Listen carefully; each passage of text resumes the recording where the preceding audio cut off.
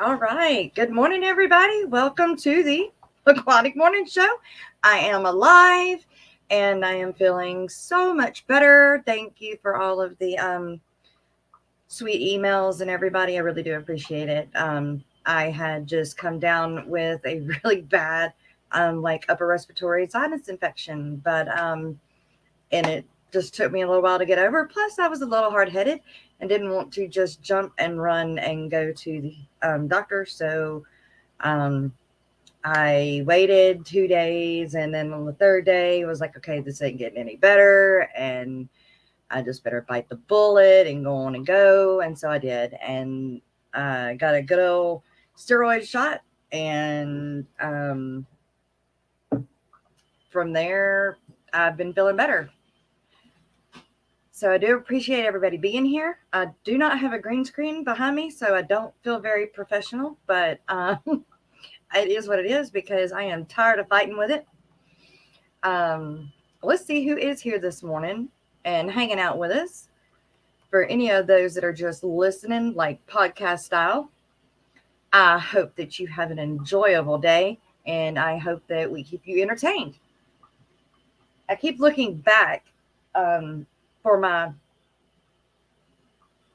Zumba Roomba thing, not Zumba, but Roomba thing, to make sure it's not getting stuck.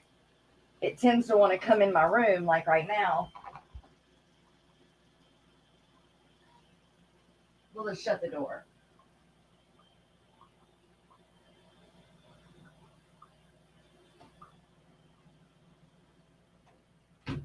We'll just shut the door on it for a minute. There we go. Okay. Oh, that's not good. Hey, Daddy, I just started my stream. Is everything okay? Or did you butt dial me? I think you butt dialed me. All right. Wait, hold up. Bigfoot Fish Tanks, good morning to you. And are you telling me you're having a hip replacement tomorrow? Holy cow, man. Holy moly. And Miss Lori, good morning. Thank you for throwing out all of the links. All of my links. Most of them never get looked at, but hey, it's worth it. One day they might. One day they just might. Let's see. Greg, hey, good morning, Greg. Good to see you. Right over the river. Miss Holly, good morning. Good to see you too. Thanks for being here. Mark Sterlson, Belinda's Crystals and Succulents Gardens. I sure would like to see those succulent gardens and your crystals, Belinda. Shell, good morning, Shell. Craig's Catfish Cave, good morning. It is sure fun to watch y'all's stream. I don't get to get in it very often, but when I do, I don't see how y'all get around the copyrights, or y'all just don't worry about it. Like, I get tagged for any little thing. Any little thing. S. Getty Nana, good morning. Chris Howell, good morning. You're lurking and working. Good, yes. I do feel well enough to stream today. Emma the Sea Witch. Girl, good to see you. Been a while. Pyle, good morning. Good to see you too. You're going to be upset with me, Pyle. I have not done well with my Achilles. I love them. They're beautiful. But I just don't have time. I don't have all the time to do with the eggs and everything. So I do hope another time, another phase in my life will come around and I'll get to slow down and I'll get to focus on them again. And I know exactly where to go when that is the case. I do still have two different pairs, but they're just not having babies, or they're maybe laying eggs and they're getting eaten or whatever. But I just need easy things. I just need guppies, guppies right now. And I'm looking for those vampire crabs. So if anybody knows, if anybody that is having any vampire crab babies, the purple and the red and the orange, the ones with lots of colors, I am looking for those. Let's see, Merrick T. Good morning, Merrick. It's good to see you too. Mock 389. Hey, it's good to see some of you guys. I don't get to see you guys much. You love seeing the tanks instead of the green screen. Well, this is going away. The beta barracks are going to go away. If there's anybody that's interested in them that somehow can get them picked up, you're more than welcome to it. I did ask Miss Sherry, but we're not sure how to get them to her, and it may be a little bit bulky for the space that she has. Although it'd be great. It would be great for her. So I'm getting rid of the beta barracks, and then tanks will go up on that wall because I've got to get rid of this middle section right here. This 29 or 30 gallon tank down here. And then my frogs will go in their paludarium. And then those 3 tanks of guppies right there, I already have their tanks set up. I just got to catch them and move them. And these guppies are my mutt guppies down there, and they're going outside. So I guess I'll have a 30. I swear that's a 40 gallon. That is a big tank. That's a lot bigger tank than my 29s in there. So that may be a 40 gallon and I just don't know it. Or it's a different print. Peplin, good morning, Peplin. The Nano Aquarium guy, good morning. Ow, it's hot. Brookley, good morning, Brookley. If anybody would like to join me this morning, I do have a spot open. Vinoski Fish Koto, good morning. Good to see you too. We like seeing your fish room anyway. Well, good. I can't believe you're going to have a hip replacement, dude. Do you have help? I hope you have help. I'm too far away to be able to help you. But if I was closer, I would help you. IHSP's Tank Tribe. Steph, I have been telling, like, anytime I'm talking to somebody, we end up coming across your name and, you know, the I Hate Stupid People. And I always tell people that I have a friend in our fish group that is did name their channel that. And they're like, no way, that's so cool.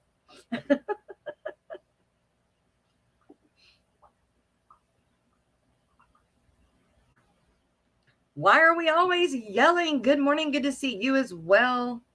Fish Fam Link, good morning. I definitely get it. So we're still talking about the killies. I don't have time to work with all of them. I need to get hatched. I normally don't take care of a lot of time, but it takes some time. And when you have none available, yeah. And that's the thing. Even my schoolwork has kind of come to a complete halt this summer. It seems like that if I'm not in class, then I don't have time to study. And so I'm kind of upset and worried about that. But I mean, y'all, when you get up and you do a fish stream and then you get up and you go work in this heat, and I'm telling you what, it's killer. You're so tired.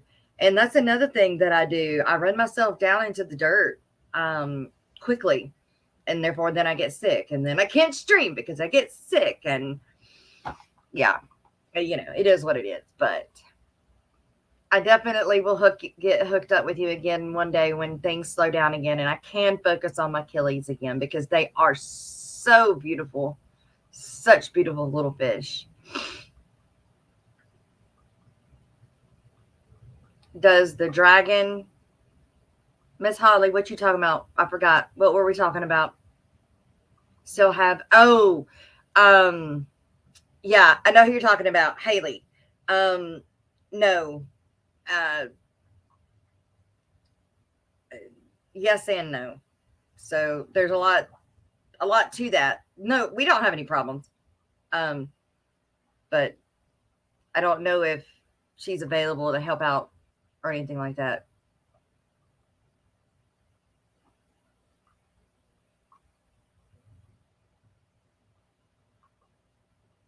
Oh, it's probably your foul mouth music. YouTube don't like it. No, I'm talking about the Craig. I'm talking about the music. You know, the awesome, I don't know, music that you guys play. Um, I I wish I could play it in the background as well.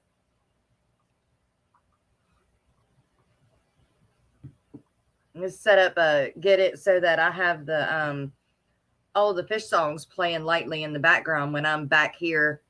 Um, when I have nobody to help out on panel, and I don't know what we're gonna do. I just try to run my mouth as long as I can, I guess. Jenna P, good morning, Jenna. Are you out of school now?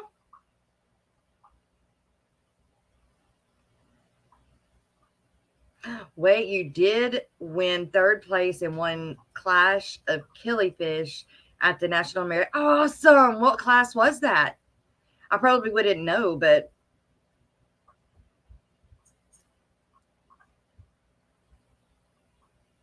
oh, I got to open my door back up so the dogs can go out.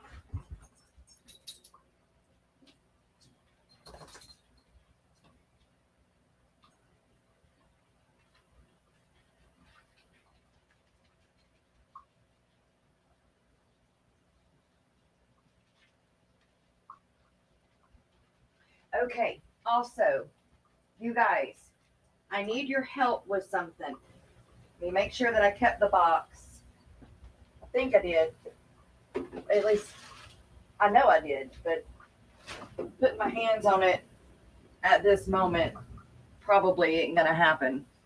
Um, so while I was at Aquashella, me and oh, it's right here.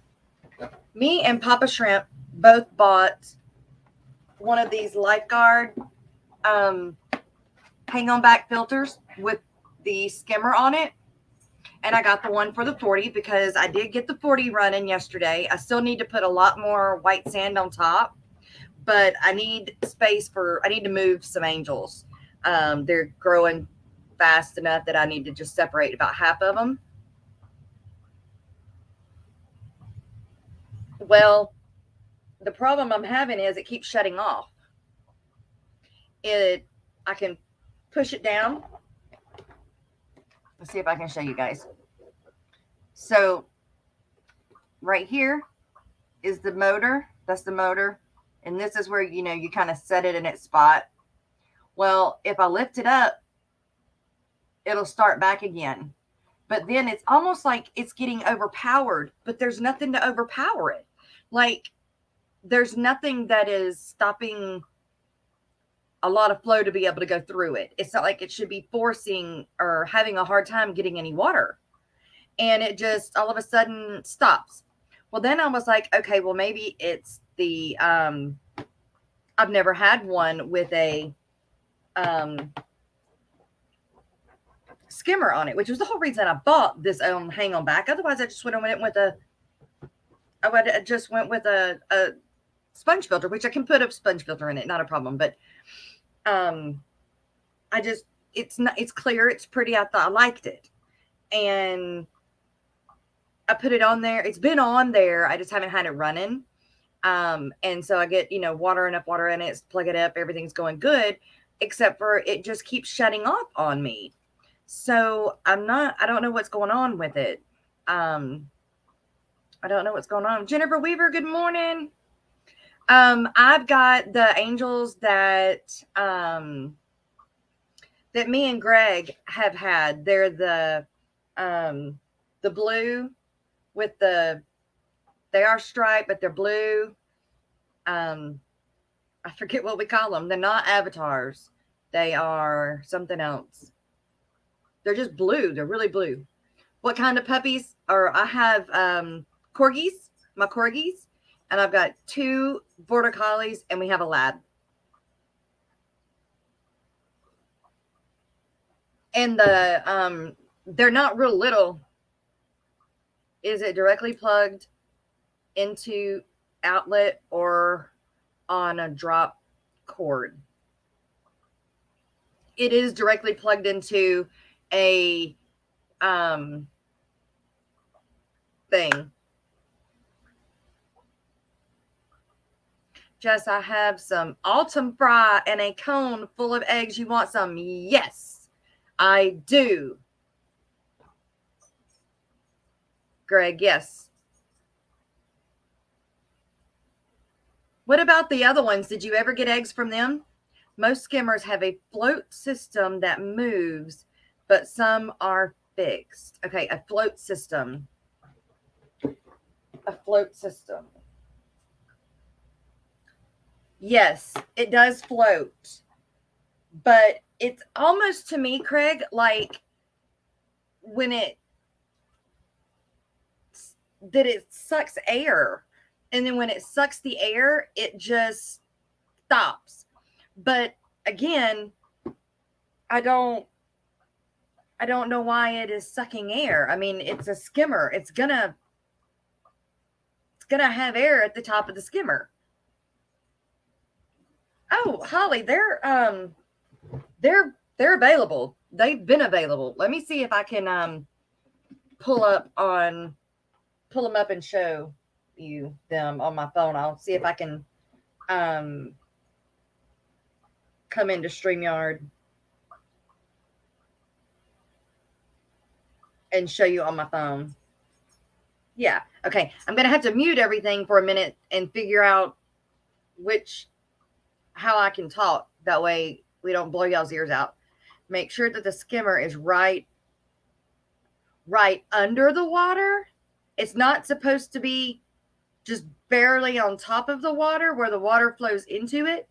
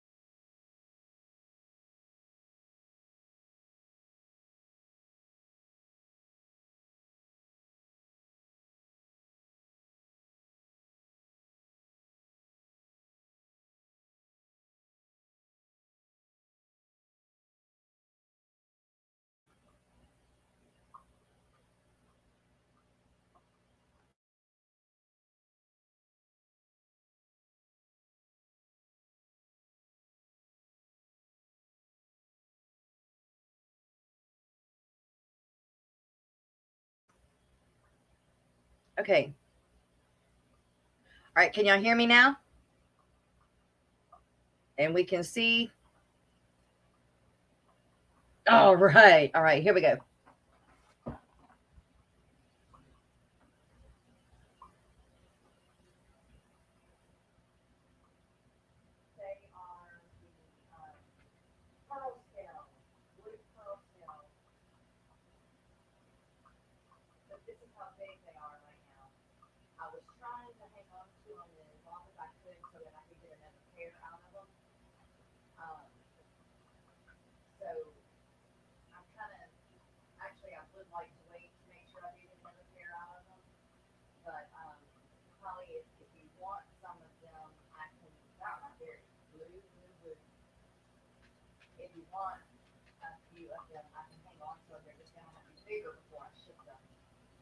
Because I want to get another pair out of them.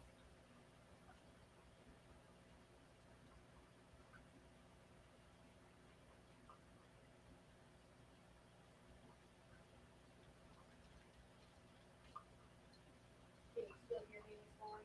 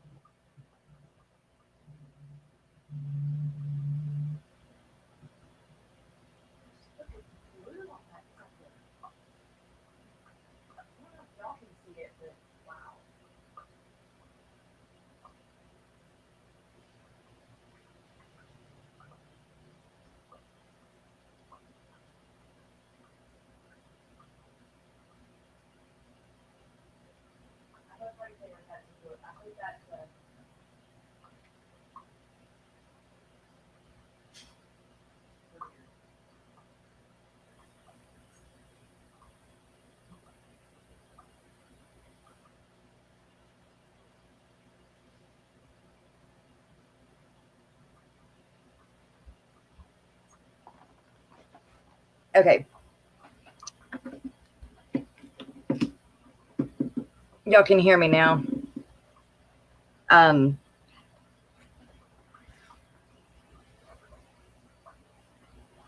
Okay. There we go. Okay. All right. Make it so that y'all can just watch. What can we do? It's not going to drain my battery. I can put it on something.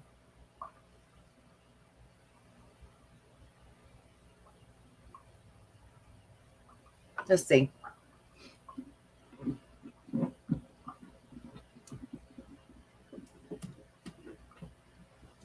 Let me see with this handy dandy little thing I got here what we can look at.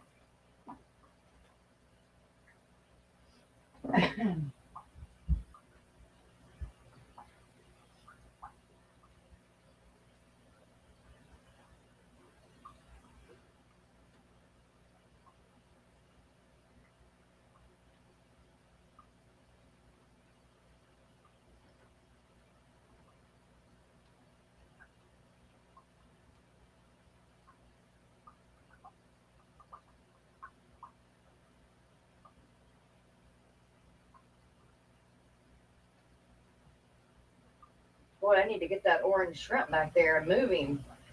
That orange shrimp is like, woohoo!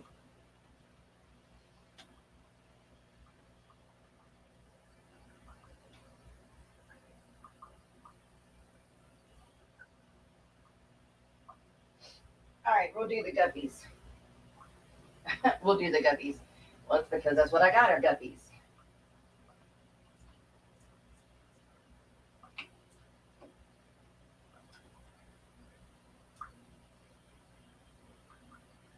Hopefully this don't drain my phone too bad.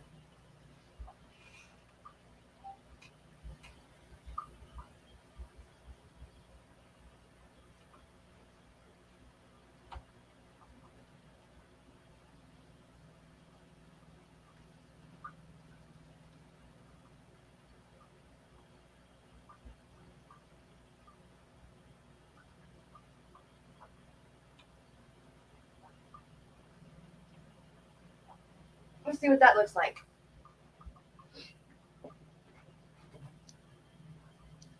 Let's watch that. Let's see. That's kind of cool.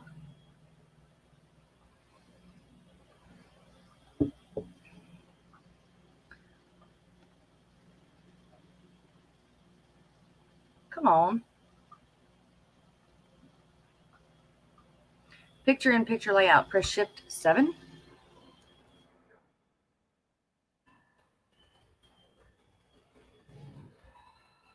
Oh, get out of here. Okay, it did. All right, let's see.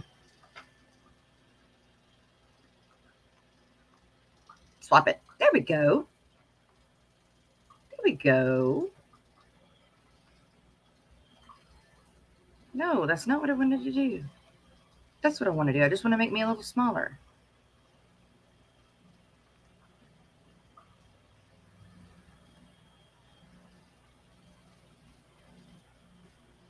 Oh, well. Barbara Jackson, Aqua Garden Zen. Good morning. Can you guys still hear me good now? That I have, I'm using my phone here.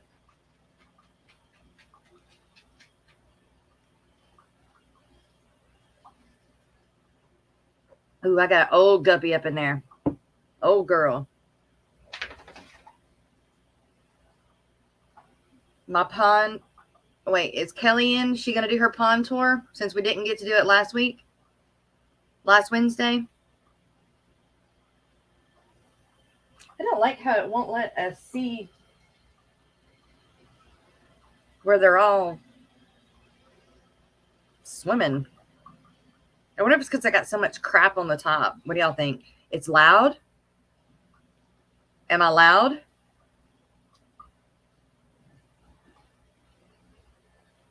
Oh, great. It's getting Nana. Okay. Kelly, great. Yay.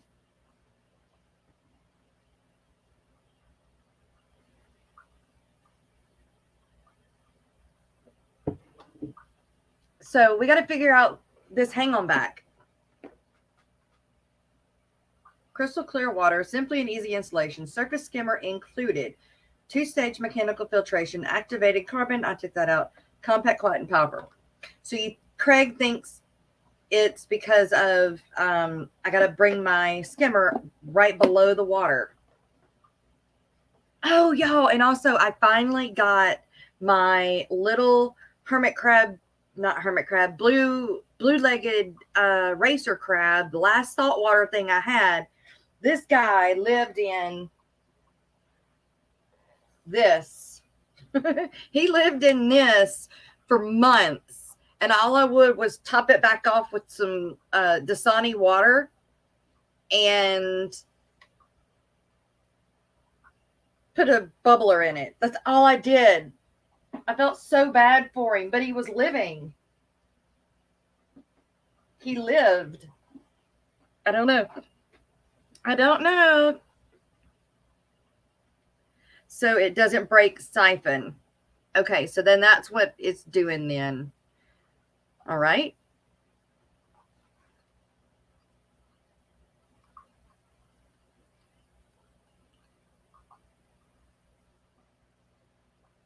I need one of those. I need some of those. Aqua Garden said, I used to have a salt tank. I took my saltwater tank down. I just got tired of dealing with it, to be honest. You talk about expensive. To me, there are people that say they are easy, you just what you grow up with, and I'm sure it is. But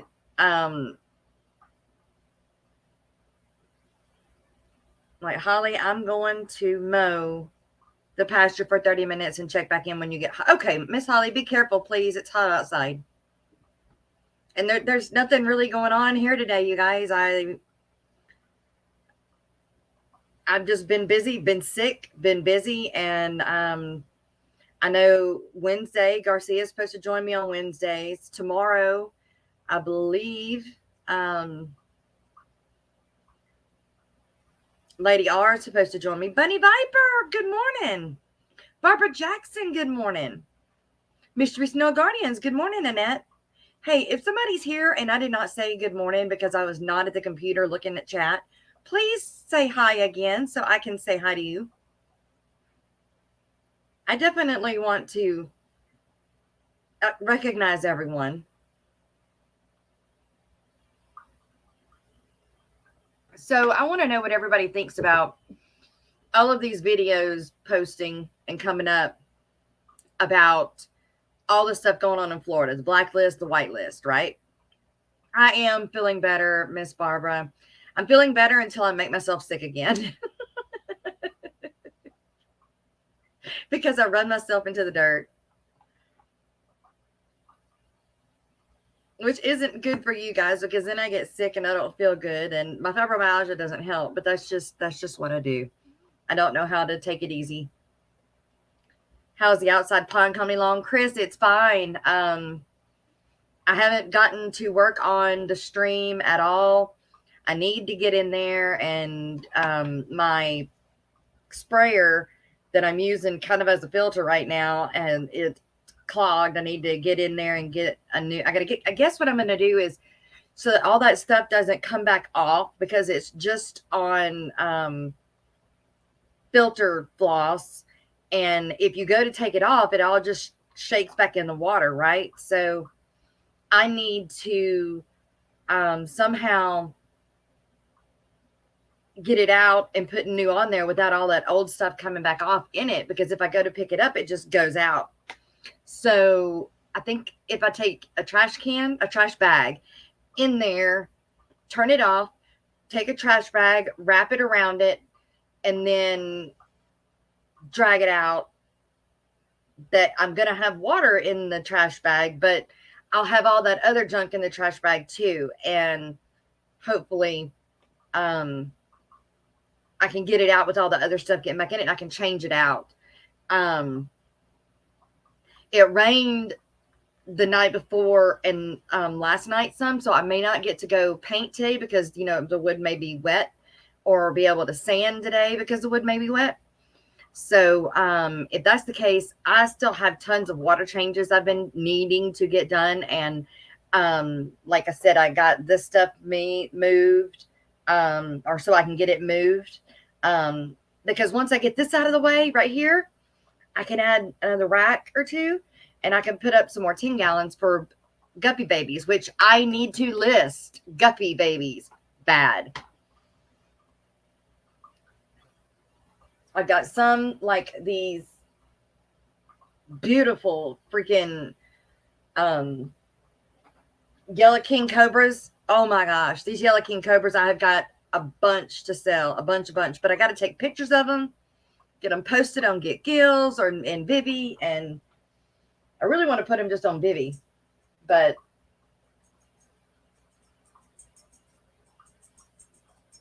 I don't know.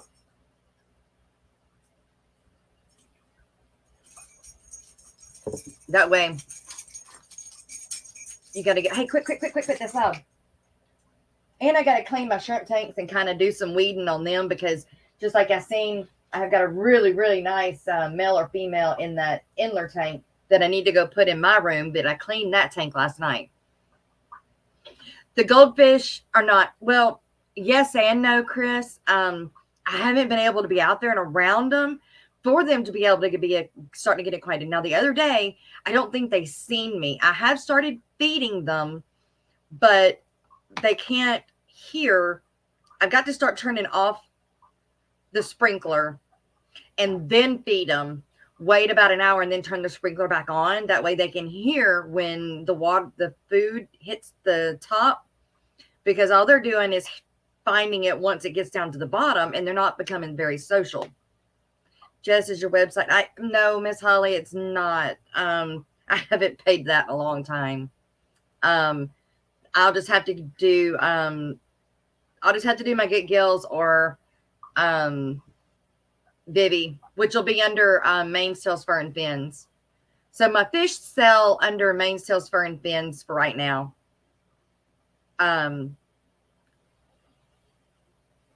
Not under Got Guppies yet.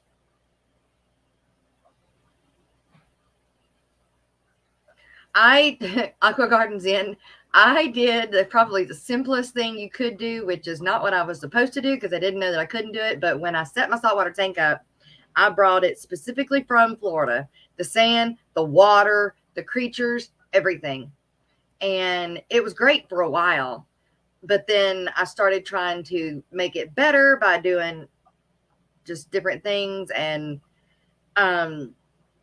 the more I would try to make it better, the worse it would get. And I got that red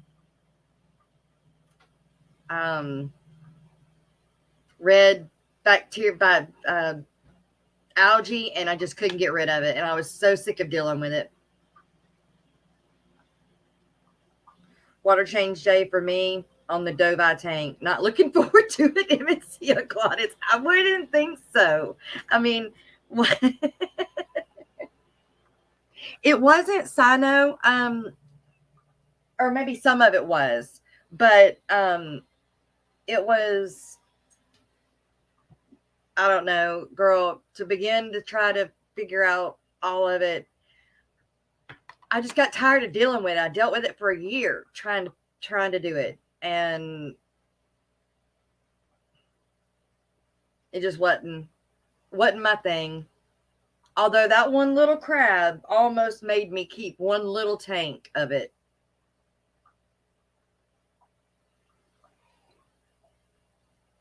It covers everything.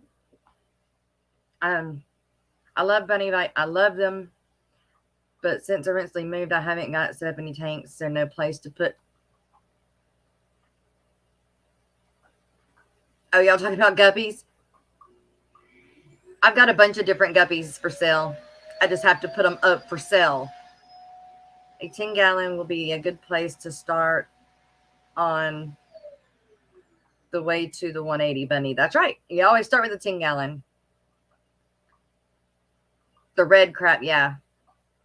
I just got tired of it, y'all. I just got tired of it. And I guess I need to give it away because I've got a bunch of stuff that I got from Matt. Not Matt, I got from Will. Well, I'm not really sure what I did with it either. I got a lot of stuff in this box back here. Oh, wait, there it is. I think. Yeah.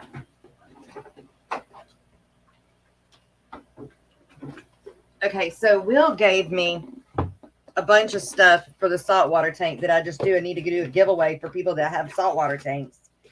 But like phosphate remover. And this is this product's. This is Fish Enhance.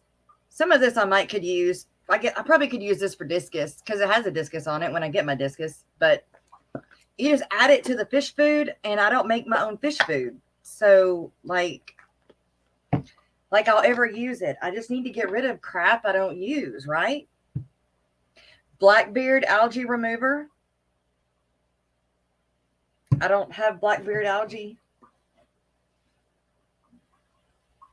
Here's a universal plant fertilizer, 0.01, 0.001, and 0.40.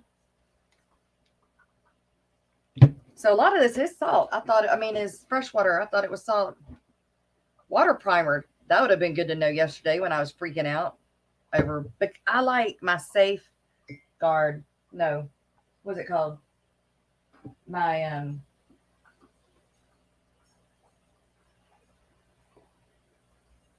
Oh, Eric.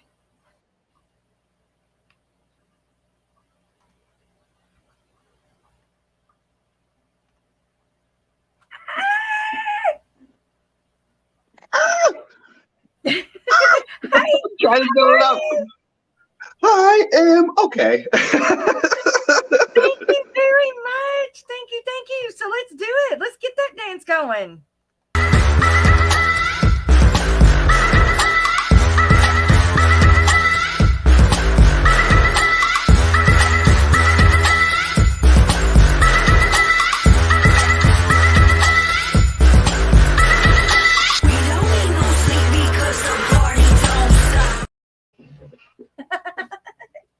All right.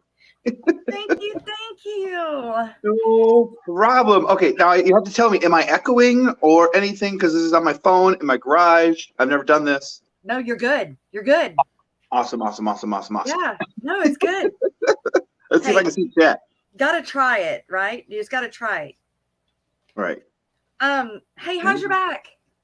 I don't know if you've ever seen the movie Half Baked. Yeah. But doctor said I need a backiotomy. He had sex with my mama. Yeah, where I'm gonna have to get an MRI to see what's going on in there. Where I was playing with my daughter, and she decided I had her holding her like this, like facing me, and she decided to do a back bend. Okay. Like, all the way over, like scorpion style, like. And so I could fall, or I could brace her, and I did.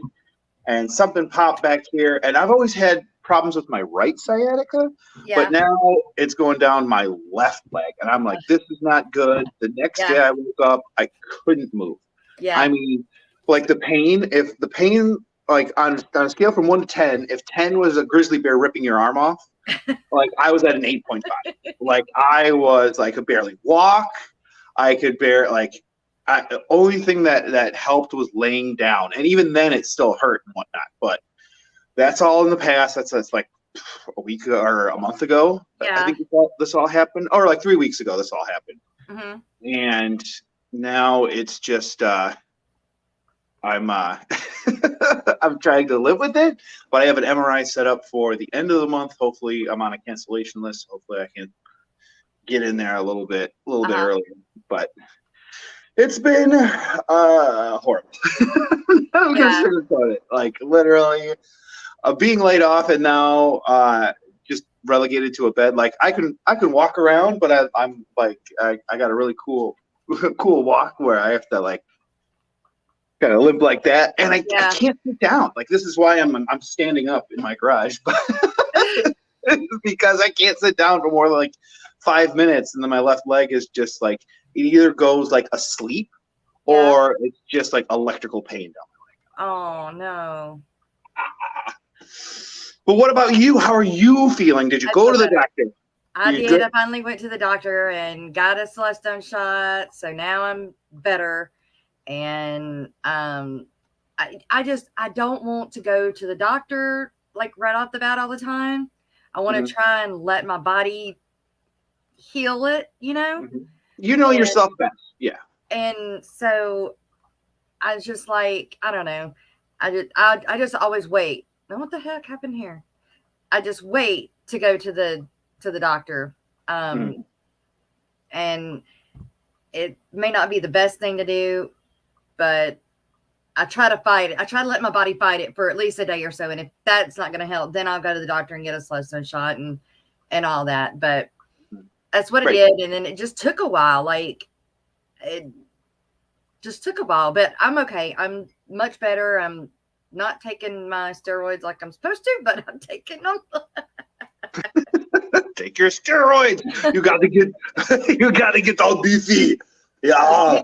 Take your steroids. Get all beefy. Yeah. Oh my God. You know, like one of those Medrol packs or something is what it's called. Right.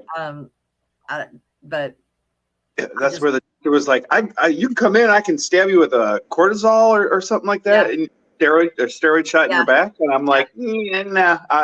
I've had those shots where they go in through the back, they lay you on your stomach, they put you out, they lay you on your stomach, and they go in your neck, and I've got I got a bulging disc and kind of a herniated disc right at the like base of my neck and shoulders right there.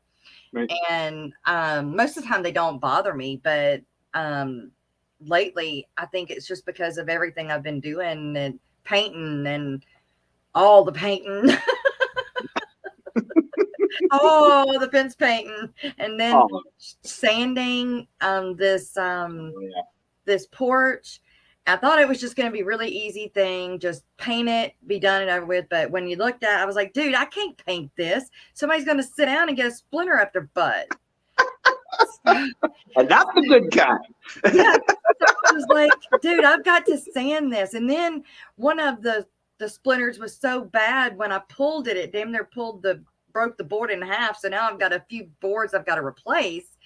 Oh, you know, he's paying for it, but it's just like one thing leads to another and another and another. And I'm like, I hope this dude knows that this shit ain't free. Right. Cash money. Yeah. Like the money he's giving me is all ended up going to supplies. So it's like, okay, you're just gonna have to fork over some money because it's going on like 2 weeks of work. And yeah. But just getting sick in the middle of it. And what I did was his backyard. I have never been in a backyard that is so humid.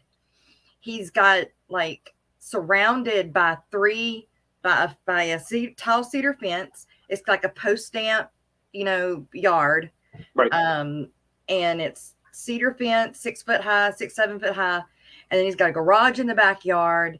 And then there's no wind. And so when the dew comes up in the morning, it's like you can't freaking breathe. Like the paint won't even dry. I'm like, oh my God, what am I gonna do? But get an industrial fan back there just to blow everything. Just yes. The air moving. If it wasn't so big, we got one of those big old fans, but to move that sucker is like crazy. Yeah, growing up, our air conditioner, we had a 2-story house, and our upstairs was always 15 degrees hotter than our downstairs because all the cold air would just fall right downstairs. So my parents were like, screw that. They got this huge like commercial fan, put it at the base of the stairs, and would blow the cold air back upstairs, and it worked. It was amazing how much it worked. It was crazy. But I always felt like falling down the stairs, you fall into like the wood chipper. Like, take the stairs. So, well. Oh my God! Speaking of wood chipper, Landon's working for my dad, right? And my dad is an arborist, and they take down trees and stuff. Well, the grandkids, when they work for him, they're pretty much put on the chipper, where they're put on, to drag limbs and clean up. Mhm. And the other Friday or Thursday, Landon came home with a big slash on his arm, like a big red mark, just right down his arm. And I was like, dude, what? I mean, did you lacrosse really whip your butt tonight? And he was like, no, Mom, that was a limb that slammed him when he was trying to put it in the chipper grabbed it, and then yeah. And I was like, okay, that's stuff Mama don't want to know. Mama don't want to know that the chipper is trying to put you in it.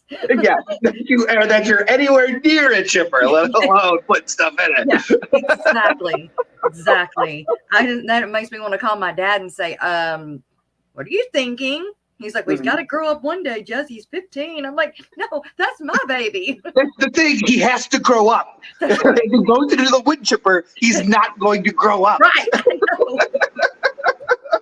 Like, that's the rite of passage. Right. It's the sink or swim. Yeah. It's chip or be chipped. Yeah. I'm glad he passed. Me too. Yeah. I'm like, well, I guess it means you're going to stay back a little bit further from now on, right? He was like, no. Yeah. That's where you throw. Like, there's tree trimming on my. We have electrical wires that run down the middle of our backyards. And they're tree trimming right now, getting all the limbs and everything away from it. And I was watching the guys where this guy would take a limb and he would chuck it into the. He wouldn't like take it and put it into the wood chipper. He would take it and like throw it, and like as he's throwing, like back up as he's throwing the limb in. Oh my gosh. Yeah, and I'm like, well, yeah, he doesn't want to get sucked in because branch get hooked on your clothing or something. Yeah. Definitely. It reminds. Oh, it makes me sick because it reminds me of like a really bad like horror movie or something where they put somebody in a chipper. Fargo. Wasn't that Fargo? Was that it? I think it was Fargo, but they were already dead. Okay. Still though, Whip said I opened up the inside of my arm from my wrist and my bicep and gouged my hand in the crease of my elbow, feeding a limb into a chipper. It was a good time.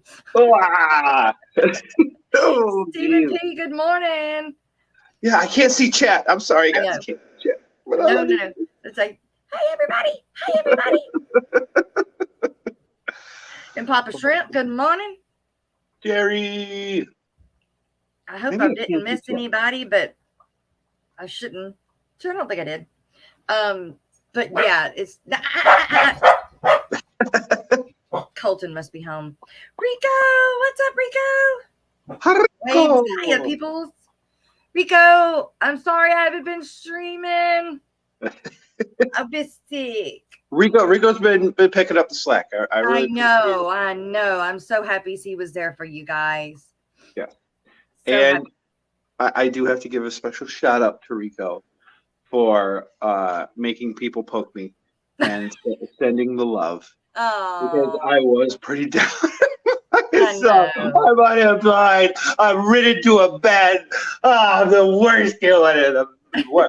So I get down on myself sometimes. Who don't? I really appreciate all the love. You reached out. Yeah. But there's 10 million people reached out. We just can't. Well, we love you, man. We don't want you down. We know you're down, but we want to pick you up. Oh, yuck. I appreciate it. I love you guys so much. And I mean, that's one of the many reasons why I love you is all the love, right. Let alone the laughter, friends fun. Yeah, but I just wanted to say I love you guys. I tell you guys. I can't really tell. Like, this is my range of motion. Yeah. Oh man. Like, it's the worst in the shower when I'm like, oh, here, let me go ahead and wash my butt. I can't turn around. Luckily, Gina has like a loofah on a stick or whatnot, and I'm like, oh, I can reach everything. That's fun. Yeah. But it's that like moment when you wake up and you're like those 3 seconds of bliss of just like nothing hurts, everything's fine. Okay, let me get started. Oh gosh, I woke up and for whatever reason, you sleep in the position and like you said, you wake up, you open your eyes, like 3 minutes of bliss or whatever, and then you go to move and it's like that electrical shock of back to reality. Or you have to lean your arms over and like kind of scoot your feet a little bit and like inch over to the bed. That's literally what I do. I like throw my right leg over, get over on my side, and then my chest of drawers is right by my bed, so I hook my right foot under that and kind of use that to pull me up because I can't like bang with the hips real well. Yep. I mean, I told Joe's like, well, you need help. No, don't touch me. Don't touch me. Just let me inch my way off the bed. And then you just like, you get to your stomach and you just kind of fall to the bottom. Then you're like, okay, I'm on my knees. I can start making my way back up now. Dee Dee was telling me about her hubby, how he we kind of had the same thing where he just woke up one day and he couldn't even bend down and put his pants on. Like I can, like even now I struggle to put my left sock on. Where it's so bad. Like Gina, come here, help me with my sock, please. And then the worst is because because in your head it's like, okay, I'm gonna move my leg to the left, prepare the muscles to the left, and everything like that. But when someone else is manipulating you, it's like, okay, they're gonna move me to the left, right? Oh God, I wasn't prepared. Right. Yep. Totally. So like he goes to put the sock on forcefully, and it's like, oh God, like, hey, little softer. Right. And it's, to me, it's easier to self-inflict pain on myself than it is for, like, if you're getting a splinter out of your finger or whatever. If you get somebody to do it, you're like, but if you're doing it, you're like sitting here, just. Okay, here comes the yeah. It's just different. I don't know why. Yeah, it's like that. Okay, we're gonna go on 3. 1. Yeah. Like, no, I said 3. Yeah, that's how that lady gave me the shot the other day. She surprised the heck out of me, and I was like, "Oh!" Usually, shots don't bother me like that. And hey, look what we got. Hang on, look. Hi, I'm Roxanne. Hi, and I'm Dee Dee. And we're from the Hot Mess Express. We love watching the Aquatic Morning Show. Yay!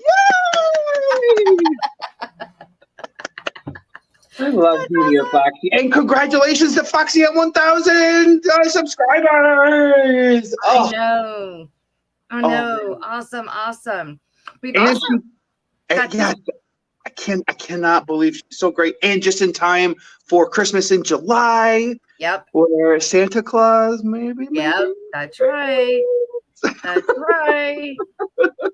Let's see, we got this one too that was sent in from My Fish Tanks and Aquatics. Hey, it's John, My Fish Tanks Aquatics, with my little mermaid, Miss Layla. 1, 2, 3. I like to watch the Aquatic Morning Show. Oh my God, now I have to make one. That's right. And then the one, let's see, then we got this. Garcia Aquatics here. And guess what, guys? I love watching the Aquatic Morning Show. Garcia. Man, he went all out too. He was like, Garcia.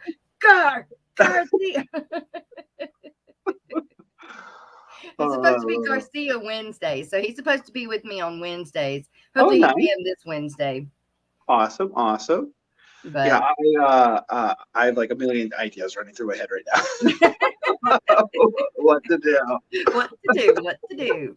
Yeah, anybody that would like to send any of those in, I definitely do it. I'll have them to play. I will have them there to play. See, we are getting close to mid-morning break. What do you want to hear? Oh, I am a snake. Okay, we can do that. I am a snake. I will brave. I was literally just listening to that the other day. Gina walked in. It's like, so good. She's like, "What's wrong with you?" Like, what? It's a snail wrap. Get over it. Right? I listen to about things in my life, okay?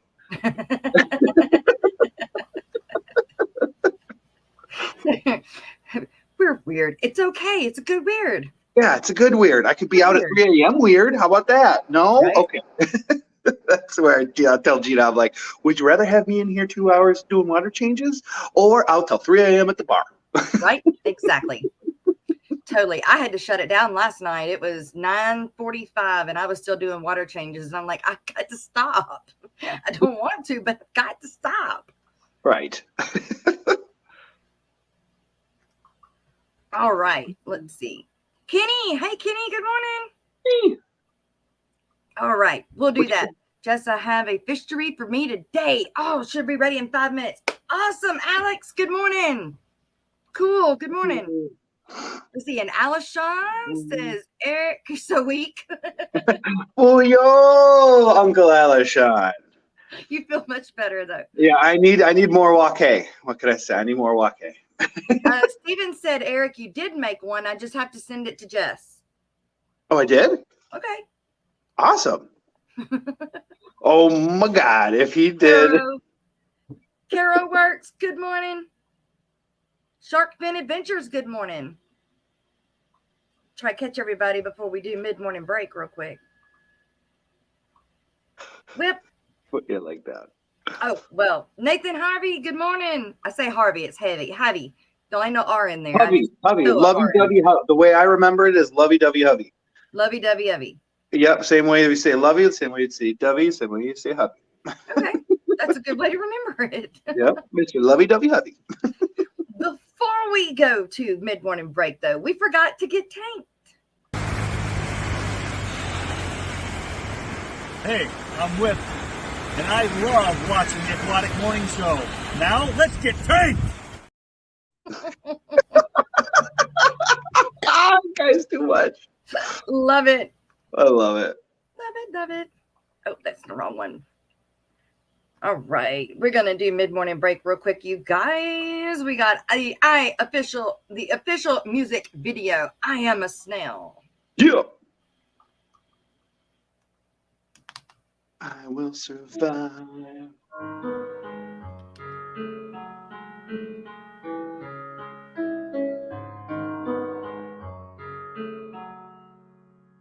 Hiding in my shell, all I need is a guardian.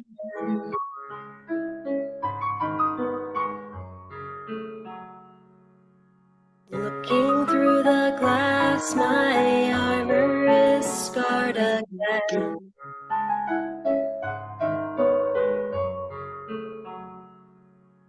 Facing all life's mysteries, I will survive and thrive.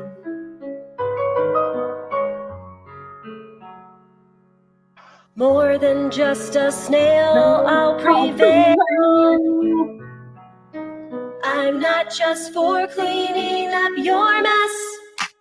I am a snail. I am a snail. I am a snail. I am a snail.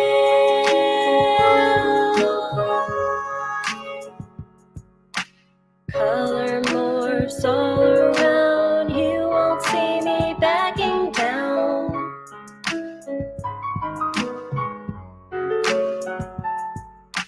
Mysteries are in my shell, myths I wish to be dispelled.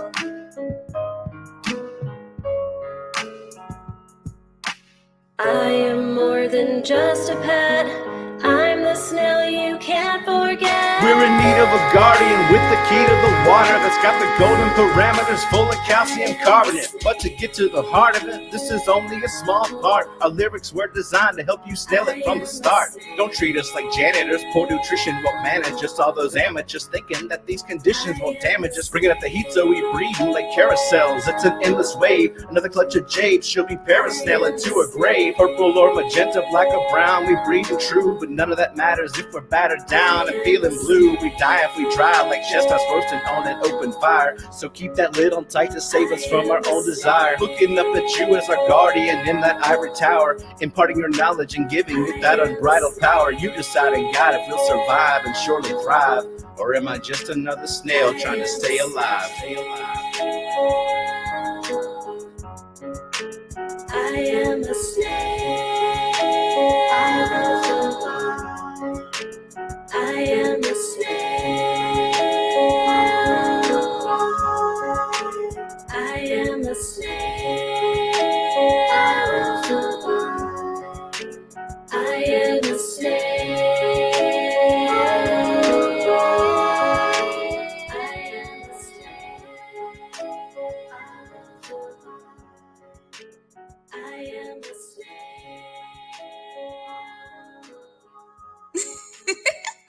Snailed it.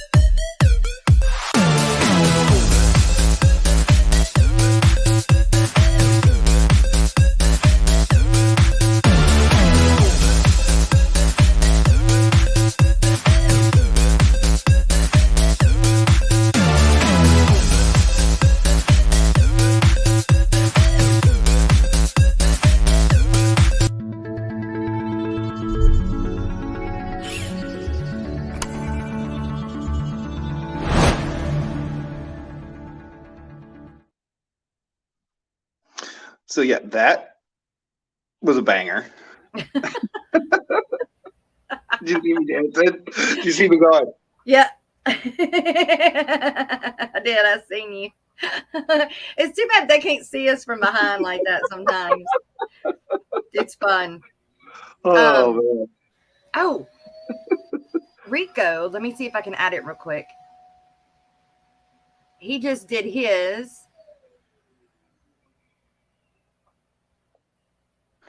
Kelly's ready to come up. Oh, okay.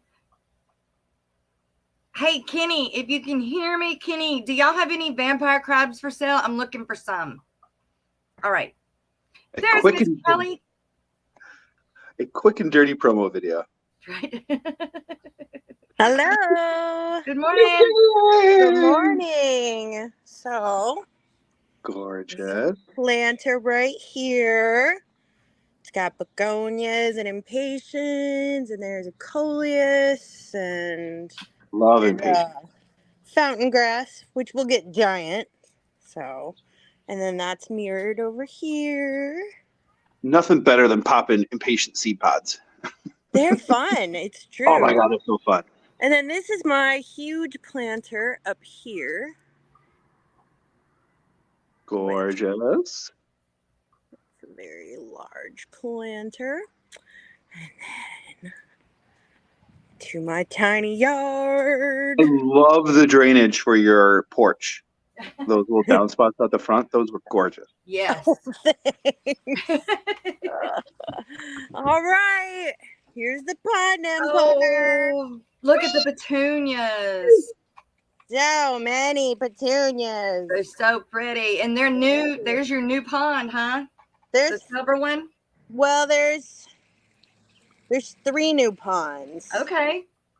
So this one I had a small pond last year, but it was a black plastic one. Right. And I don't like those as much. So so I replaced it with a little one. Yeah. And then the water lily that's there, this is Helvula, which is a teeny tiny variety. It's a hell of a. Oh yeah. And there's a lotus next to it. And it will get big. And then this is pickerel weed. Pickerel weed. This like planter is new and it's got to grow up. And then this pond is new and it has a new water lily, one I haven't grown before, called Sioux, like the Indian tribe. Okay. And then there's a lotus in there.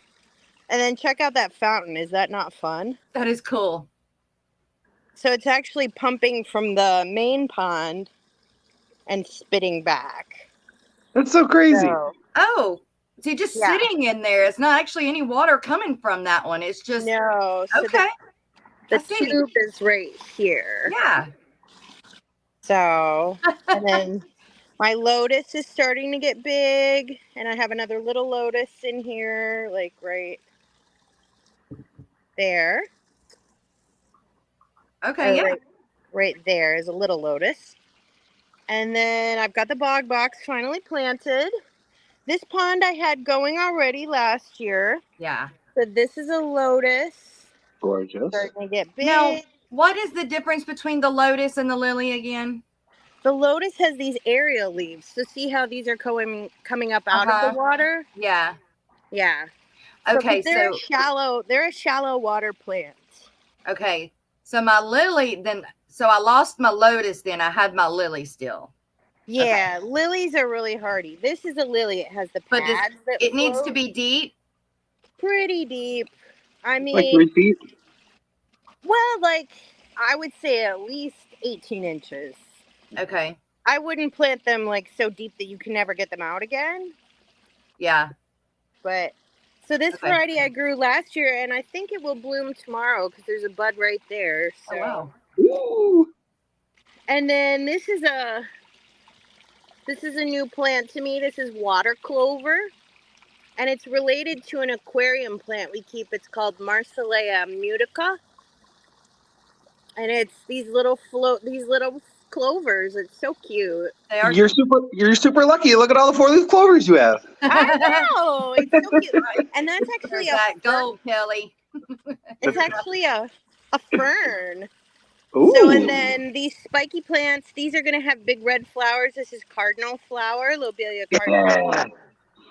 Lobelius. I just got some blue Lobelius. I've got some of those too. Lobelia syphilitica, the blue cardinal flower. So, yeah. And then at the front of the pond, I have this planter. See, there's my feet. Tootsies. This is my frog. Hello, Ribbit. frog. These are cannas, and they'll get big. They're pink cannas. Aww. So I'll give you guys another view of that. But pretty fun. Oh, cool. So, and then in the bog box this year, so the bog has only been planted 1 week. It's got a bunch of this is Creeping Jenny, is the little I love Creeping plant. And that will fill the bog. And then this is a new plant to me. This is leatherleaf sedge. Ooh. Is it going to stay that color? What? Yeah, it'll stay that color. Okay.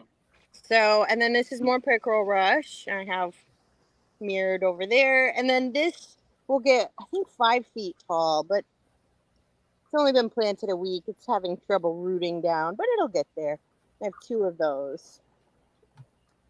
So, then this is a new pond. So, this, there are flowers in here blooming right now. It'll bloom in probably a couple hours. It'll open. Ooh. So this is a tropical water lily right here. It bloomed yesterday. There's a picture on my Instagram of it. It's a blue flowered one. And then I have this is corkscrew rush. And this is Lobelia syphilitica. So it's the blue cardinal flower. Ooh. I've got 2 of those. I just planted some in my garden. Yeah, I'm excited for it. It's really pretty. I've never grown it before. So Neither am I. I'm so excited too. this is my fish. This is my fish. And then this is swamp milkweed. Awesome. Which is for the butterflies. And then you can see what I have planted around there. Some geraniums, more petunias. That planter right there. Got a geranium over here. And then I have trellises on each side of the pond. This one has Diplodenia. Is that And the then trumpet the other one? one, no, not trumpet vine. It's sometimes called mandevilla. Oh, Mandelia. I love it. Yeah. So My that, mom would The always have the names of pink all one. these plants. what? Y'all remember all this? I have a good memory. Jesus. I have a good memory. And then, so in the other trellis on the other side, I have black-eyed Susan vine, which is Thumbergia. So, and that's super cool. show you. That's just starting to bloom. Literally, they look just like black-eyed Susans. They do. They're so cute, and that'll climb all the way up the trellis and be really full. But I have a whole bunch of rudbeckias, wild rudbeckias in my backyard. Oh, that's such a nice plant. This is actually like, if I lived somewhere like where Jess does, I would not plant this because it's a very invasive. Yeah. But the frost will kill it here, so I don't have to worry about that. So Yeah. But where you live, I would not plant it. So Yeah. yeah. Don't plant kudzu either. Yeah. So and then I put all these little lights. These are little solar lights. I've got a ton of those fun. around there. They are. They're pretty cute. Yep. But I bet when it's windy too at night, they're just gonna blow around. That's so cool. Show you the back wall. Oh, you planted them all. I did. I have all these little pockets of petunias. Hummingbirds are gonna be up in your yard. Up in my yard. Right. Wow. And then one over here. Because I had one, and then I'm like, oh, I'll get 2 more. And then I got those up, and Jake's like, I think you need 1 more.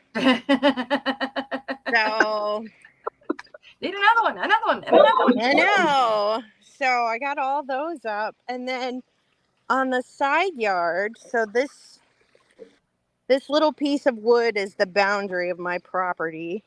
I have a line of zinnias. And then this is my dahlia patch. Nice. Which they're all what are all coming those up. sticks things? They're stakes. They're stakes, so I can stake them when they get bigger. Oh. Time. Not for the tomatoes or? No, they're for my dahlias. The dahlias. Get that big. Oh man, dahlias. God, the first year I grew dahlias and they were gorgeous. Wow. They'll get like 4 feet tall. Yeah. Or even 5 feet. And if you don't give them support, they'll flop over. So especially in storms or windy conditions, they'll just Is there a just flop form over. of dahlia that stays small? Yeah, there are some small ones, but most of them get pretty big. And these varieties are all going to get probably like 4 to 5 feet. So and we Kelly have more of the smaller ones they sell down here. I have never seen a tall dahlia before, and oh yeah, the tall ones are pretty common. The ones, and you just plant them from tubers. So yeah, Kelly, do you remove the tubers every year? I mean, I could if I weren't lazy. I planted mine. Yeah, I planted mine the first year and they grew amazing. They were gorgeous. Everybody was thrilled. I'm like, awesome. And I buried them really super deep, the tubers. And then the next year, they never came back. No, they're not. In our climate, they're not going to come back. But this one did. So 1 out of the 10 ones I planted this year. But I didn't want to save these because, this variety is just from Lowe's. And like all they had left were like really lame ones, and they're just like this lame purple color and like not very pretty. And so I didn't want to save them anyways. So this year I ordered them from a company called, well, they're dahlias.com. It's Swan Island Dahlias. I think they're in Michigan. No, they're in Oregon. They're in Canby, Oregon. There's a dahlia farm here. I was thinking about going to. You should go to it. I'm sure it's awesome. But yeah, so I ordered them, and like they send really nice stuff, and like they have different cool varieties. So I have 11 different ones, and then I have more zinnias. Nice. Here, and I think I'm gonna plant a few more zinnias because why not? Yeah, why not? That's what Jake is like. He's like, why not plant some more? So I like the flat original zinnias, not the doubles. Oh, see, I like the State Fair variety. Yeah, I like the original. They're doubles, but they get tall. They get like 4 feet tall. Yeah. And they're also like very insect resistant. So yeah, I always try to get the State Fair mix. I like 4 o'clocks. Those are fun. I can send you a ton of seeds. Oh yeah, I had those 4 are o'clocks. fun. I love them. Plant some 4 o'clocks. Those are fun. I'll send you some seeds then. Oh, thank you. Yeah, I love 4 o'clocks. And this is Prudence, the kitty. Oh my gosh, there were 2 kittens. I don't know if they were dropped off or if they're wild, but they ran across my yard this morning, and one of them is white with a black tail and a black nose. Oh my goodness. Yep. Hi, Prudence. So yeah, that's what's going on. Let's see if you can see some of the fish. Steph says, lame purple. Description, what the F is lame purple? Well, it was just kind of like a light color, and the flowers weren't very, I mean, not I don't vibrant. know. I like purple flowers, but these were not very pretty. Not vibrant. Yeah, dahlias are usually like super vibrant, where it probably was just some light, not a vibrant purple. Well, also I wanted to get a bunch of the dinner plate dahlias, which are the ones with like 10 flowers, so I got some of those. So the fish are kind of hiding right now, so maybe you can see there's one there. Do you see? Yeah. Yep, so those are the platinum Miyuki rice fish. Nice. And hopefully they'll breed and make 1,000 of them, because that would be great. And then in this pond, there's my goldfish, but where are they this morning? Well, I don't know. So I still have to put fish in the other 3 ponds. I wanted to give them a chance to settle in, you know. What are you going to put in? Well, so Nancy B in Tennessee is going to send me some of her rainbow shiners. Awesome. So they'll go in one of the 2 big ponds. And then Foxanne and Brian are working on some orange Miyuki rice, or orange Yosuki rice fish. Ooh. And so those will go in another pond. And then I have this little guy right here, and maybe I'll put some white clouds in it. Nice. Long fin platinum or just regulars? Oh, for white clouds? Yeah. I don't know. Maybe just maybe the light colored ones so I can see them. Platinums. Yeah, the albinos. Yeah. So I've got the blue eyes, but if I put the blue eyed ones in the outside, I can't see their blue eyes. That's true. So I don't know really what to do with them. Yeah. And my goldfish will eat them. Oh, that's true. Yeah. So. Yeah, I mean, in my main pond, I have my 4 goldfish. They have lived through many winters, and they're still chugging along. And maybe someday one of Annette has a goldfish that maybe will join it someday. Aw. But I don't know. Her kids may not want that to happen. Yeah. So she might have to keep her goldfish. So anyways, yeah, I mean, I'm pretty happy with how it turned out. I am adding a little pump to this, but Amazon has had it delayed for so long that I think I'm going to have to cancel the order. Just an ordinary pump to just, because I always like to have a little bit of bubbling in every pond. I think it helps them. Yep.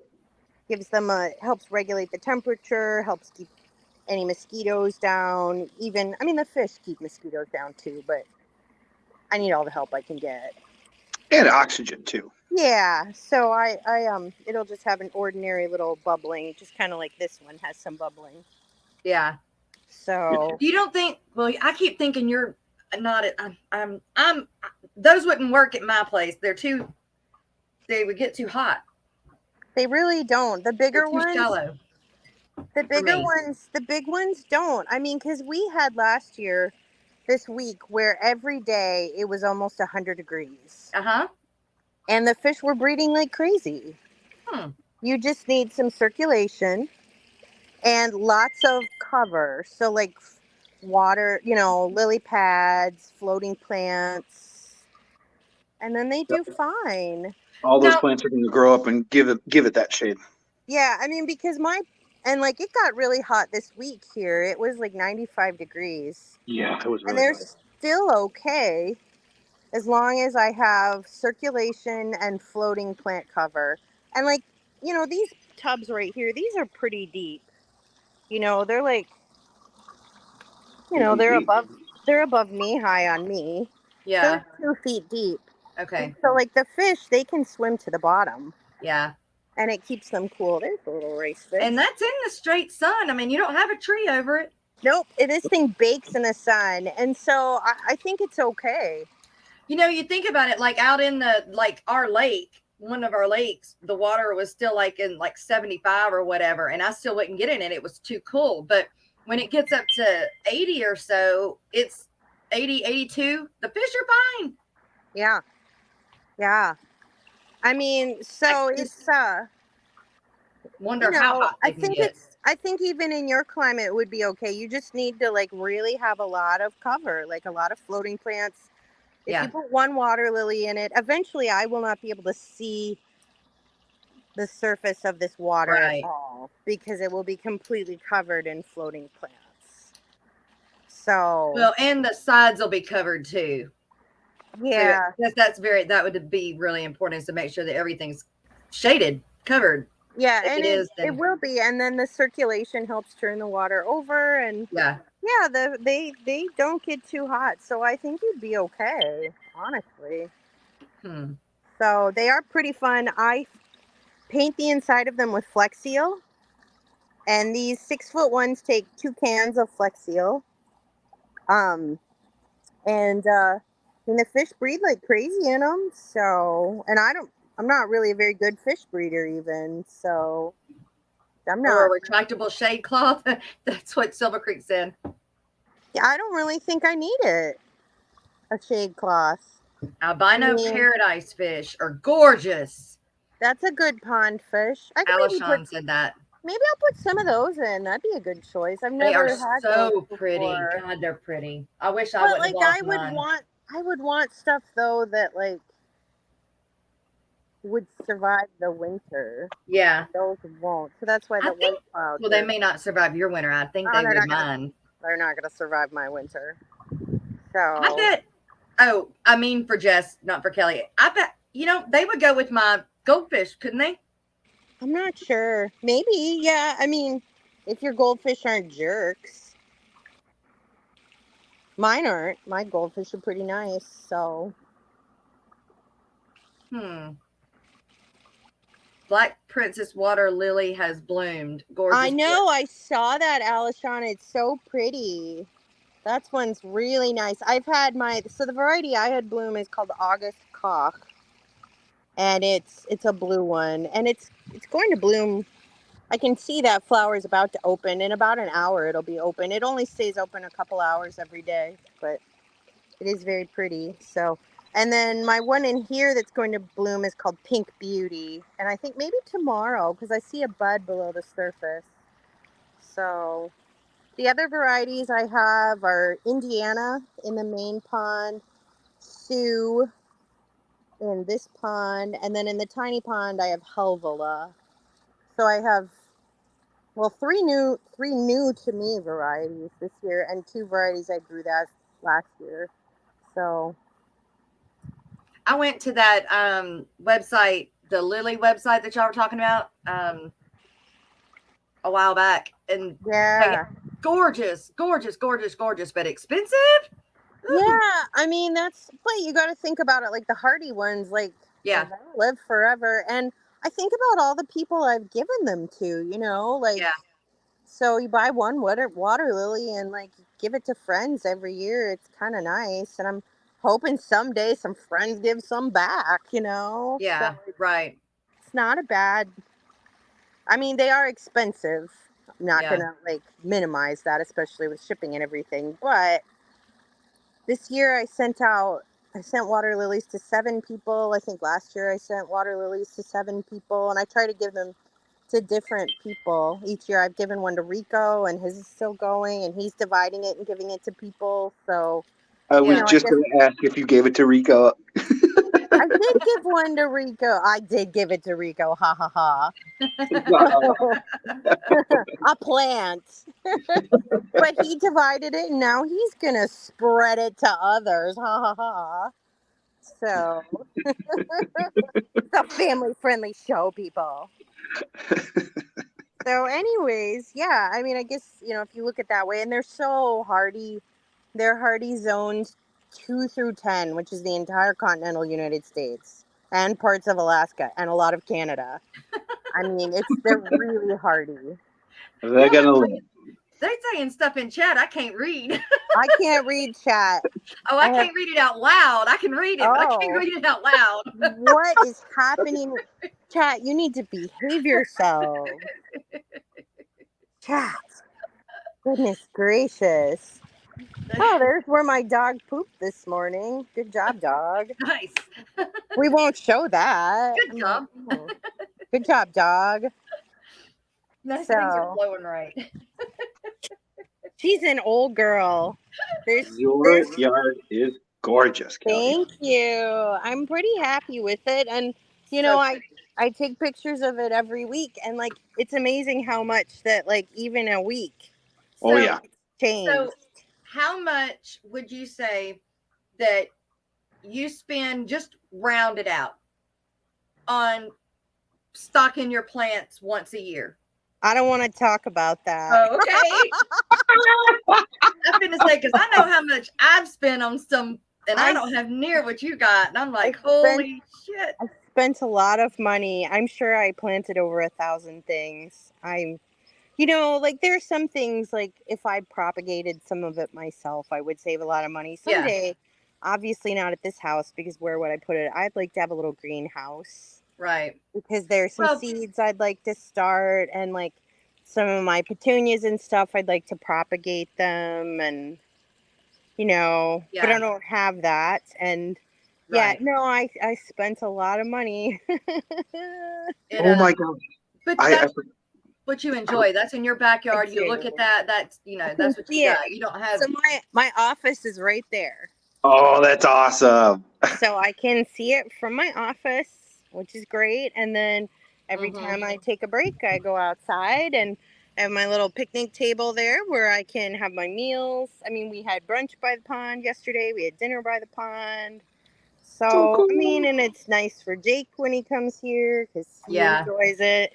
Right. Put that umbrella up and just chill. Yeah, and he likes flowers. I mean, the only thing is our mosquitoes are so bad in this whole neighborhood. Bunny Viper wants to know about birds and raccoons bothering the fish. So raccoons don't bother anything because they are eating the cat food that I put out. So, yeah, they don't care at all. Birds, I mean, I get a lot of little tiny birds that bathe in the pond, like especially in the bog box. They go and take baths in there, which is really cute. And I enjoy. I've never had a problem with like storks or like sandhill cranes or anything preying upon the pond. I mean, because like in like 3 or 4 weeks, like there's going to be no open water at all. Right. It will all be covered. Barbara Jackson wants to know if those are wave petunias in the front box. Wave petunias are amazing. They are. So some of them are waves, some of them are super petunias, some of them are crazy petunias. They're all the hybrid petunias though that get really, really big. Yeah. So. See, I can only plant the ones that can take full sun, that can definitely take the heat. Oh yeah, these can all take the heat. They can all take full sun. They're all the hybrids that are going to get really, really big. Yeah. And hang over the box and everything. Yeah, modern petunias are so different from when we were kids. Right. Like those petunias were so spindly and like what do they call those? No. The oh gosh, what do they call it when they're not hybrids, but they're the original, like the original the zinnias? heirloom. The Heirloom, the Those heirloom, the are, I heirloom. mean, Yep. you have to deadhead them and like they Yep. only bloom one flush and they Yeah. get real spindly and gross. But modern petunias, as long as you keep them fertilized Yeah. and watered, like they'll just go and go. And what I do is I plant them with Osmocote, which is, a slow release fertilizer. There's generic forms of it too. It all Right. works. Right. And then once a week, I fertilize them with a bloom booster, like Miracle Grow bloom boost. Yeah. But What do any you put in your fertilizer. pond plants? So my pond plants, so I plant them with initially with Landon Aquatic fertilizer. I use a half a cup of that per pot, which is it's a very rich pond fertilizer. And then throughout the season, like every other week, I will put in pond tabs Okay. in each of them to keep them going, because water lilies are very heavy feeders. Lotuses are very heavy feeders. So an interesting thing about lotuses, if you grow them, so lotuses, when they first come up during the year, they put out these little floating coin leaves. Uh-huh. You don't want to fertilize them at that stage, because otherwise you'll never get any flowers at all. You want to wait until they start putting out aerial leaves. So see how these come above the water? Yep. This comes above the water. Then you start fertilizing them. I put in 4 pond tabs per pot, and then they really start taking off. And then I'll put in a pond tab like every other week. It goes down into the dirt or in the water? No, into the dirt. I press it all the way into the pot. Okay. Below the gravel cap. What? They're in a pot, right? Because you said they're a shallow water plant. Yep, they're in a pot because, I mean, there's no substrate in my ponds. Right. And I mean, pretty much everybody grows water lilies and lotuses in pots, even if you have a pond, because you don't want them to like take over your pond. Yeah. You don't want them to, I mean, you need to be able to manage the height of things for overwintering. So yeah, they're all in pots. Barbara Jackson says that heirloom petunias smell delicious, though. They're almost what makes it worth it. They do smell really good. And, if you have them in a planter with other things that can kind of like step in and provide color once they stop blooming. But I have other things in here that smell good. So, oh, look, that's starting to open up. So in this pond, this is, do you see that little purple flower? Purple flower. So that is August cock. And it'll bloom from about noon to 4 o'clock every day. That's crazy, the transformation in about 20 minutes. I know. Yeah, and it'll just keep opening up and opening up. Because it was completely closed. Tons of buds on it. So that one is an annual water lily. It's a tropical. If you live in the tropics, it's not annual, but I don't. I mean, like even way farther south from where you live, Jess. Yeah. I think it's Hardy Zone 11. Oh, wow. Which would be like Miami. Yeah. So, yeah, so it's just an annual, but you know what? I wanted to try it because apparently the tropical ones bloom like crazy and they do smell good. They smell really nice. Now, so this little plant right here. Yeah. So I just planted him last week. He's still growing in. This is water poppy. Oh. And that will be sort of a semi-floating plant. Okay. And it'll be covered in little yellow flowers with black centers.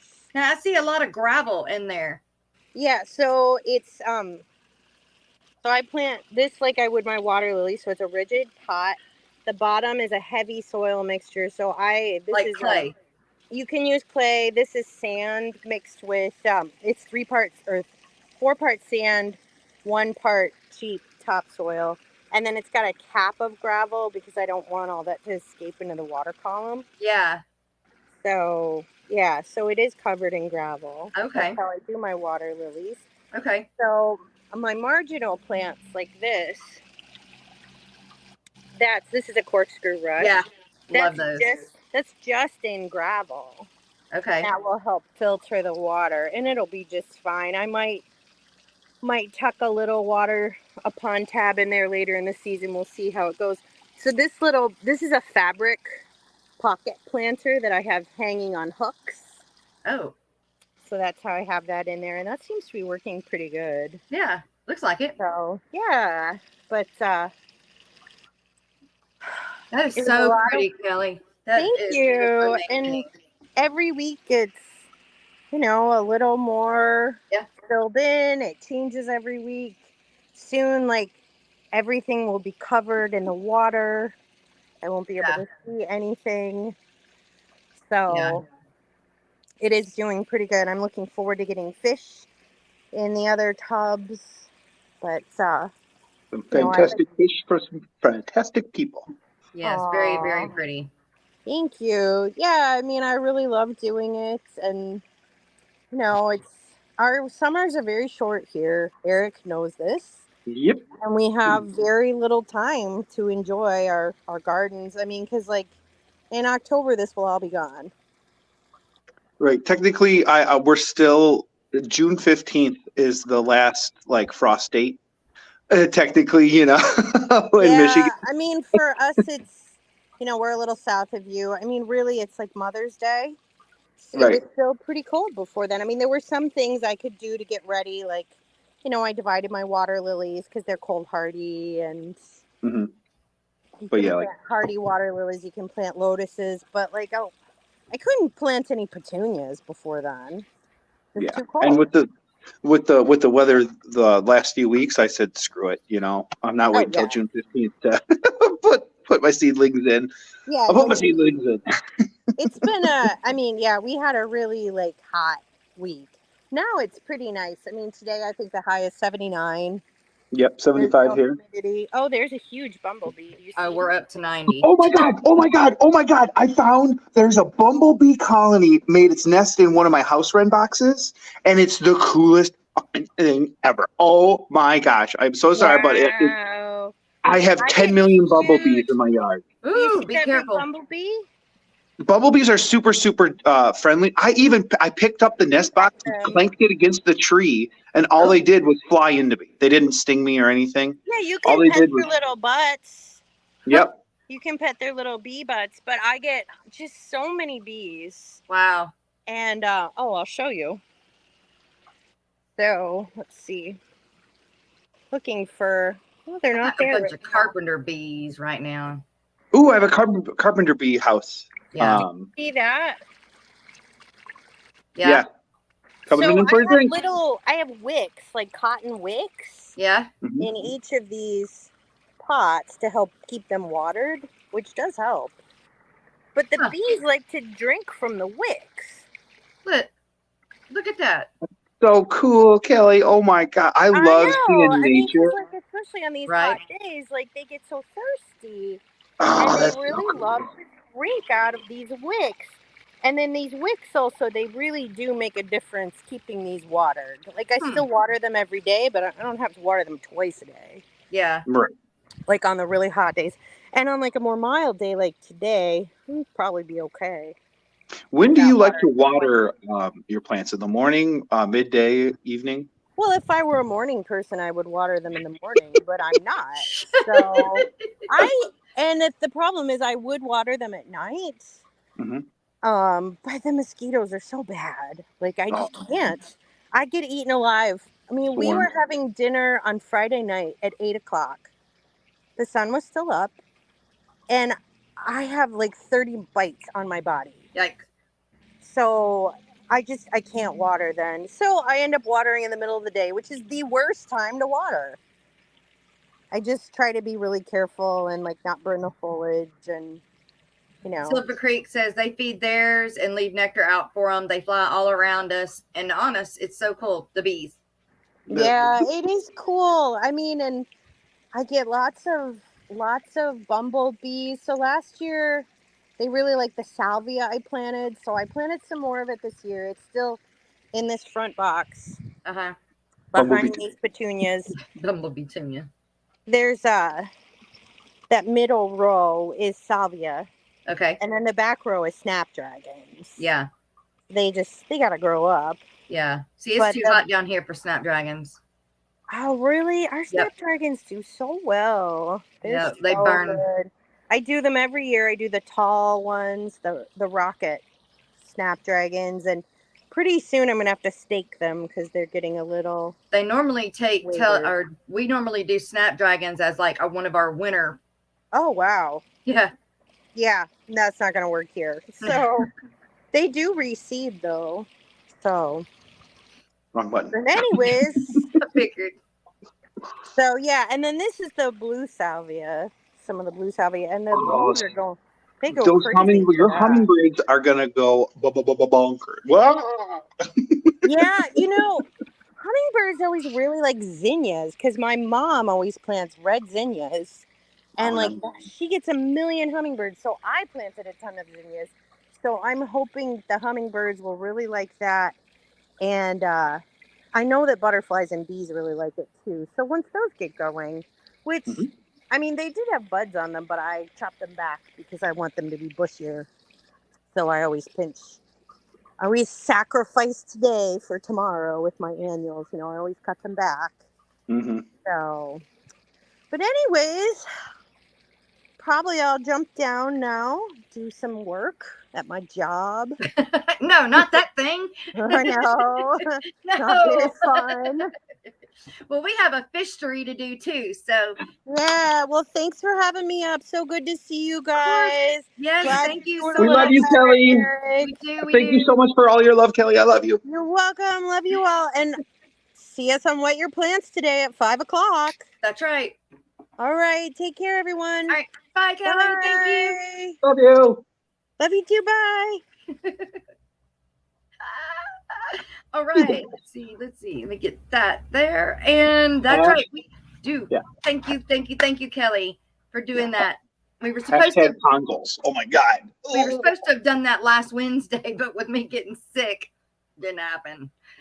Oh, but we do have a fishery today, you guys. A new one Alex did for us. So for those of you who don't know, I don't think anybody's new here today, but everybody, Alex from the Secret History Living in Your Aquarium does these cool things called fishery because everybody needs a little bit of education every day. Yes, please. So, let's see. Here we go.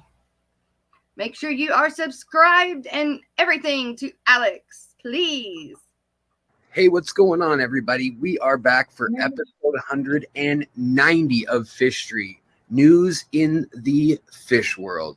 So, an angler in Italy by the name of Alessandro Biancardi, an Italian pro angler, managed to reel in a 9-foot, maybe a little longer than that. So, a 3.2 meter long Wells catfish. On May 31st of this year, just the other day, he managed to reel in this fish.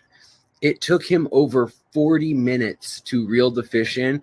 And once he got it to the boat, he realized he couldn't even get it in the boat and he couldn't lift it up whatsoever. So he had to row the boat then to shore, get out on shore and have people help him get this giant fish off. So what is the Wells catfish? Why is this crazy? Let's get a little background. So the Wells catfish is the second largest, if not the first largest fish in Europe and Eurasia. The sturgeon could be considered larger just in length, but overall weight, this is the king. This is the one that since medieval times, since Roman times, people have written about and said that this is a man-eater. Now, remember that some of these fish are getting to 9 feet long. These are the ones that we've caught as humans and documented easily. However, there are reports of up to 10-foot long fish, 3.3 or 3.4 meters long. And not only that, this fish that was caught was probably around 200 or 250 pounds, something like, what would that be, like 100 kilos or so? Well, it could be as big as 200 kilos, in that the world record is just under 400 pounds for the Wells catfish. Now, you may have seen River Monsters with Jeremy Wade in the past and seen when he's gone out and tried to explore the idea that these fish could actually pull a full-grown man or human underwater and eat them, or at least drown them. And while he was making that episode, he actually did get grabbed in by the leg and pulled down with quite a bit of force. There's also reports of an Austrian man being pulled from the banks of a river down into the water while he was angling and catching one of these fish, trying to get it off the line and everything. Beyond that, though, think about people back in, say, medieval times. They would have been of much smaller stature. And with the average person being only about 5'2", 5'3" throughout the Middle Ages, it's very possible that a man, if not a woman or a child, could probably become food for these fish. You can see why they are the things of myth and a mystery and mythological stories about them. The other thing is they eat kind of interesting stuff. They eat crayfish, they eat little fish, they eat algae, they eat plants, they eat bugs, you name it, they eat it. They eat these large river worms that are several feet long that live in the substrate also. And originally they're from Central Europe and kind of Eastern to Southern Europe, but over time they also spread out. And it appears that there's populations as far north as Sweden. In this one section of Sweden, there's actually a population in 4 lakes of these fish that were not planted by humans. Now, since time immemorial, humans have been spreading these fish because, one, they're edible, and two, they think, it's incredible to fish for these. They need to be in a very deep, big body of water, just 1, to feed themselves, 2, to hide, and 3, to have space to do their thing. It's reported that the female of the species actually can have 1,500 eggs for every kilogram she weighs. So, we're talking about a 200-kilo fish at max, perhaps. Even if you say a 100-kilogram fish, that's 150,000 eggs potentially being born. And the father guards the nest until those eggs have hatched, which they hatch within a few days, about a week. And then while they're little, he still kind of guards the area. And then after that, they're on their own. But these fish are usually caught when they're much, much smaller. And apparently they're quite tasty to some people. Just as if you ask Americans, are catfish good to eat? A lot of people, especially in regions where they're native, will say, yeah, they're really good. Other people, not so much. They think they're muddy. Like me, I'm spoiled. I get to eat salmon and trout all the time, though, and halibut and cod up in Seattle. But anyways, back to this fish. So this fish was caught on the Po River in Italy. Now, also the Arno River and a number of rivers in Italy where these fish are found, and they're probably native to those rivers. But also now they're found in Spain. They're found all the way up into the UK because they've been stocked there, and all the way over into Central and the steppe of Asia, Central Asia and far Western Asia, the Caucasus, the Black Sea, all those regions, they can now be found. But they are the ultimate predator. And, one interesting thing is they weren't traditionally found in Western France, but they were introduced to the rivers in Western France. And because of a slight deficiency in protein, they've noticed that in many cases, when they did a survey on the fish, somewhere between 18 and 24% of their stomach content was waterfowl or birds. And after they realized that, they decided to keep an eye out and see what it was they were eating, because it wasn't just ducks and geese and things like that that you would think that these fish could eat. And they have massive mouths, so they could easily eat an entire goose or a duck in one bite. But it turns out they were hiding right off the shore, right where the bank cuts off deep, and they're in the deep water, and all of a sudden they would lunge up and they would grab pigeons and crows from the shores in these French rivers where they've been planted. So they are also, you know, creative at survival, and their aggression seems to be variable based on how hungry they are and how accessible food is. So maybe the stories of this sort of hunting people type of a attitude is possible if humans had already harvested a lot of the things like mussels and shellfish and smaller fish in a region. You know, perhaps the catfish become hungry. Now, they are not threatened right now, globally speaking, or even European speaking wise, but they are threatened in parts of Europe, mostly where they've been introduced. And people are debating whether that's a bad thing, even because a lot of people are saying now, why are they even here? These massive creatures weren't in this ecosystem. Maybe they shouldn't be here now. So a lot of the places where they're not doing so well, they're kind of just allowing them to just keep on keeping on with people fishing for them. But pretty universally across Europe, once they're over about 35 pounds or somewhere between, you know, 10 and 15 kilograms, usually you can keep them if they're smaller than that, and over, I think it's like 2 pounds or something, and you can eat them. However, if they're those big ones, then you have to let them go back, because those are going to be the ones that are breeding and that are full of, you know, thousands or 100,000 eggs. So pretty wild that they were brought in. And just as a last thought on the subject, they have been found in leucistic and albino varieties, where they come in these bright yellow colors. And I mean, just imagine the medieval mindset and seeing some, you know, massive monster fish, and then all of a sudden it's yellow and it looks like it's made out of gold or something, you know, or made out of sunshine. You can see where the myths of, you know, sea serpents and, you know, whatever, Loch Ness or something, even though they're not from Scotland. But I'm just saying the myths around Europe of these freshwater fish, let alone anything out in the saltwater. But, you know, you can see where they might get some pretty crazy ideas. So it's kind of cool that that fish got released and is going to live another day. They can live up to 70 or 80 years in the wild, no problem. That's a healthy age that they're finding they live to. And they're just starting to really do a lot more research on how far they travel, how big their area is for spawning and for eating and all of that.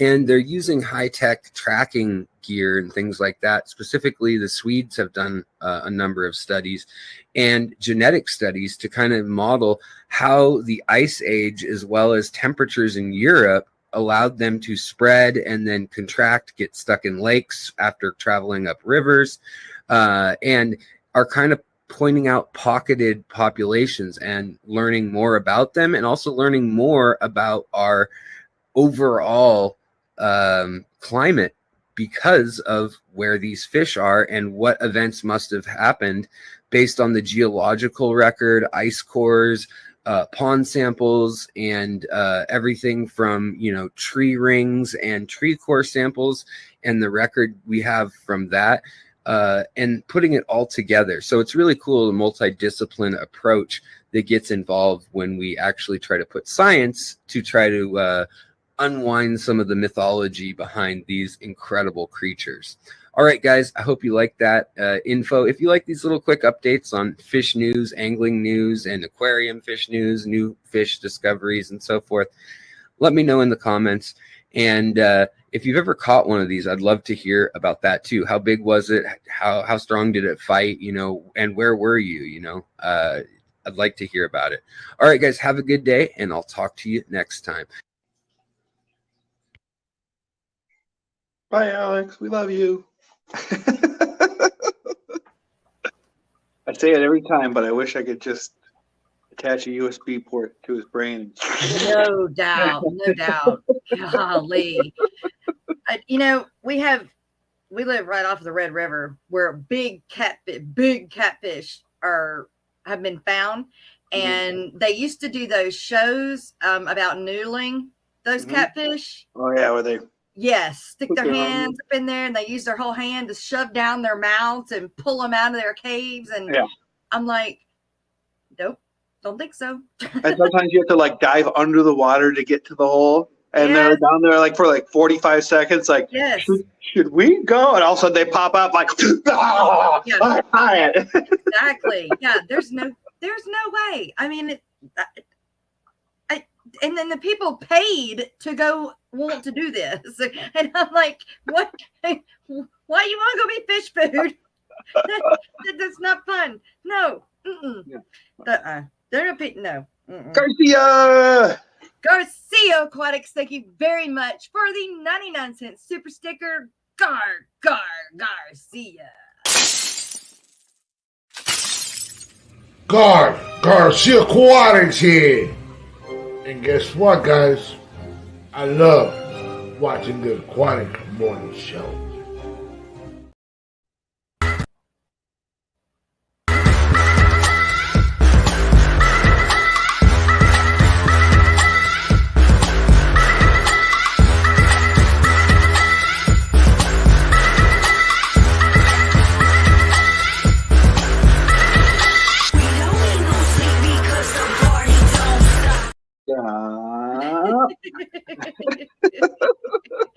Biscuity Nana says those people are insane. I watched a guy hold his kid by the ankles and push him into a catfish hole.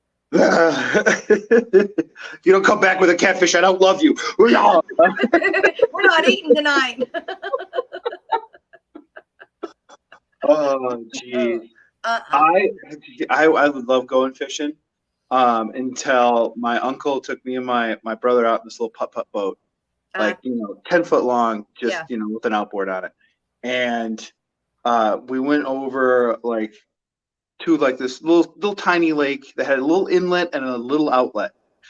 So my uncle's like, you're not gonna, because there's like muskie and whatnot up in northern Minnesota, and so we start fishing, and I'm reeling in my spoon, and I just see like just this huge mouth. Like I could see my spoon's like 18 inches before it come. Just this huge mouth come, and just my spoon disappears. And then it was like kind of like a train going by, where you see like a train, a car, like just this mouth, and it turned, and it was just like fish. And I'm at the bow of the boat, and so I only had 18 inches of line out. So, and I immediately just click it, and so I have like those old kid rods. So I just click the button, and like I feel myself starting to be pulled out of my seat. No. And I'm like 7 years old, and I'm like, so I put my feet on the stern of the boat. So like all of a sudden the boat starts moving, and my uncle's like, "What are you guys doing?" And I'm like, "I'm getting pulled out of the boat." My uncle's like, "What? Like sit down." And I'm like literally like bracing myself. He's like, "Sit down," and I'm like, "I can't. I'm trying." And so he takes the rod, reels it in. It was the monster of Duck Lake. A huge northern pike. He's like, "This is the biggest fish that's ever been caught on this lake." And he's like, "Do you want to keep it or put it back?" And I'm like, "Put it back. What do you mean?"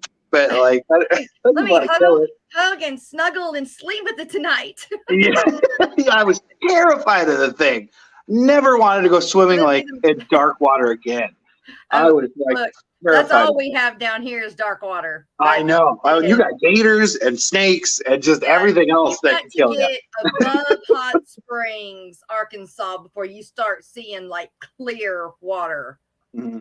Everything below it is dark. We all have dark water.